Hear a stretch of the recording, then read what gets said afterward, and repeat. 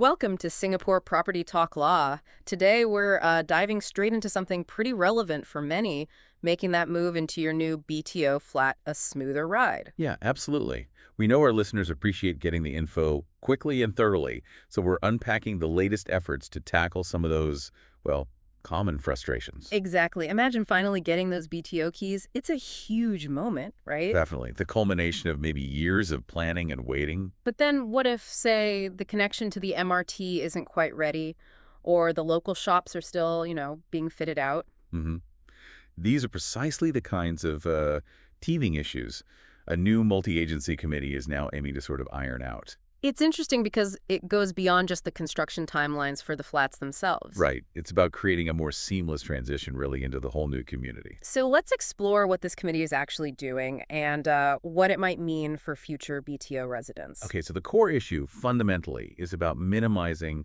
those inconveniences when people first move in. Right. Those first few weeks or months. Exactly. There was this example highlighted, Miss Haley Ty.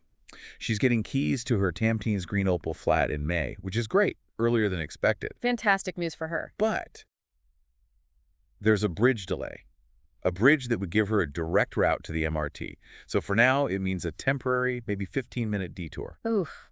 Okay, so getting the flat early is a definite plus, no doubt about that. Huge plus. But that extra travel time every day, I mean, that's a real impact, isn't it? Especially here. It is, and it's this kind of situation you see that's really spurred the creation of this nationwide multi-agency committee. Okay, tell us more about this committee. Well, Senior Minister of State for National Development, Tan Kiat Hao, announced it back on April 12th. Right.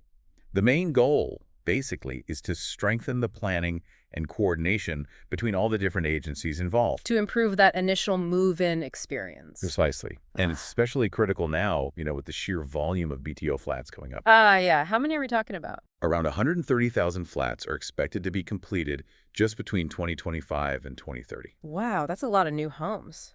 And new residents moving in. Exactly. And they're expecting a peak in construction volume in 2026 and 2027. So the timing for this initiative makes a lot of sense. It really does. I think HDB mentioned back in March that the building program was sort of getting back to normal after the pandemic delays. That's right. They've cleared the backlog. So now, with this massive pipeline of new flats, including in totally new housing areas, it's crucial to be proactive about these potential pain points. Makes sense. Get ahead of the issues before they become widespread problems for thousands of families. Identifying and addressing those common sticking points that people face right after they collect their keys. Getting the keys is step one, but feeling settled, that's another thing. So who's actually on this committee?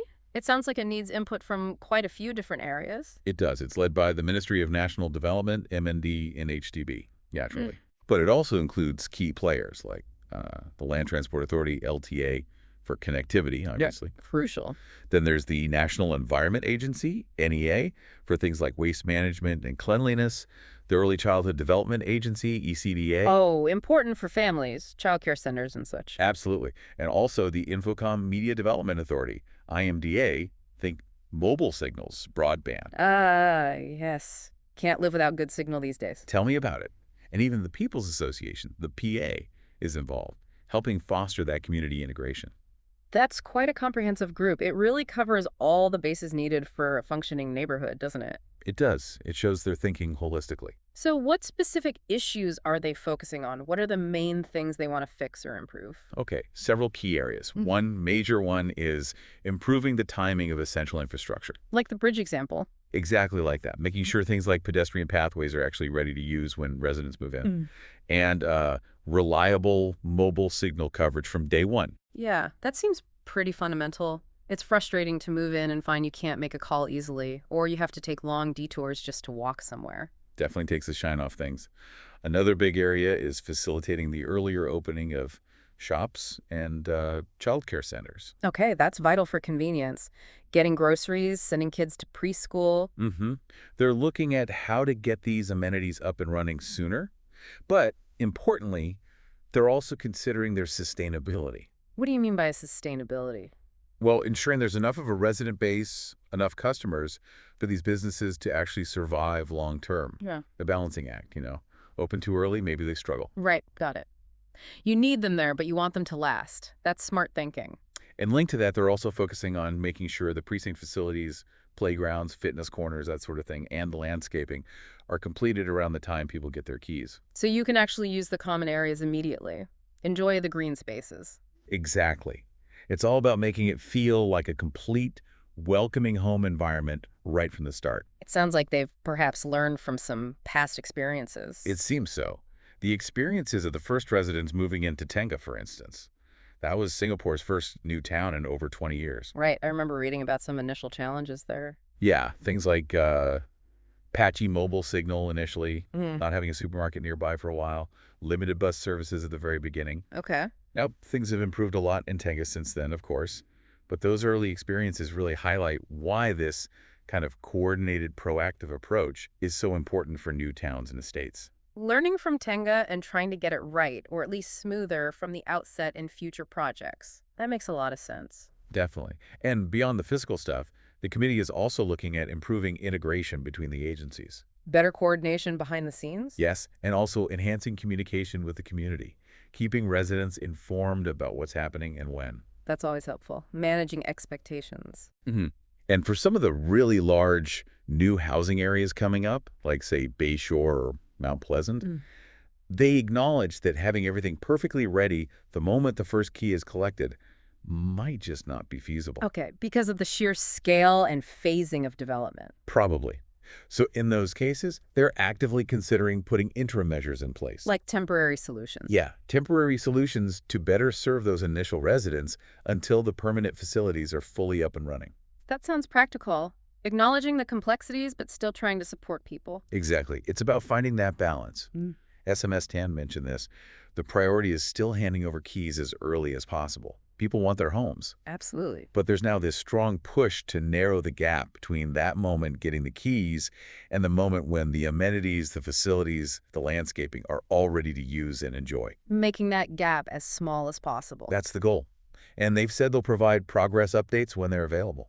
It's definitely encouraging to see this concerted effort. And, going back to Miss Tai, despite the bridge delay, the report mentioned she's still really excited about getting her keys early. Right.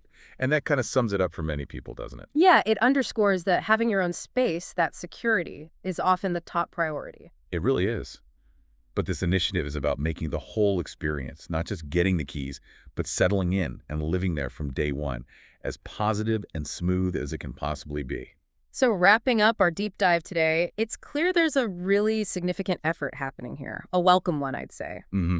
This multi-agency approach, it signals a real commitment, not just building housing units, but actually fostering livable, convenient communities right from the get-go. Absolutely. And the fact that they're explicitly looking at past experiences, like Tenga, and proactively tackling the timing of infrastructure and amenities, it points to a more thoughtful, resident-focused approach moving forward. So for our listeners, whether you're waiting for your own BTO or just interested in how Singapore develops, this hopefully means, well, a smoother start in your new neighborhood. A greater likelihood of that, yes.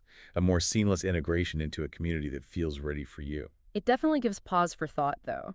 Thinking about moving into a brand new estate, what aspects do you, our listener, maybe worry about or find most challenging? Yeah, that's a good question. This initiative hits on many key points: connectivity, shops, childcare, community spaces.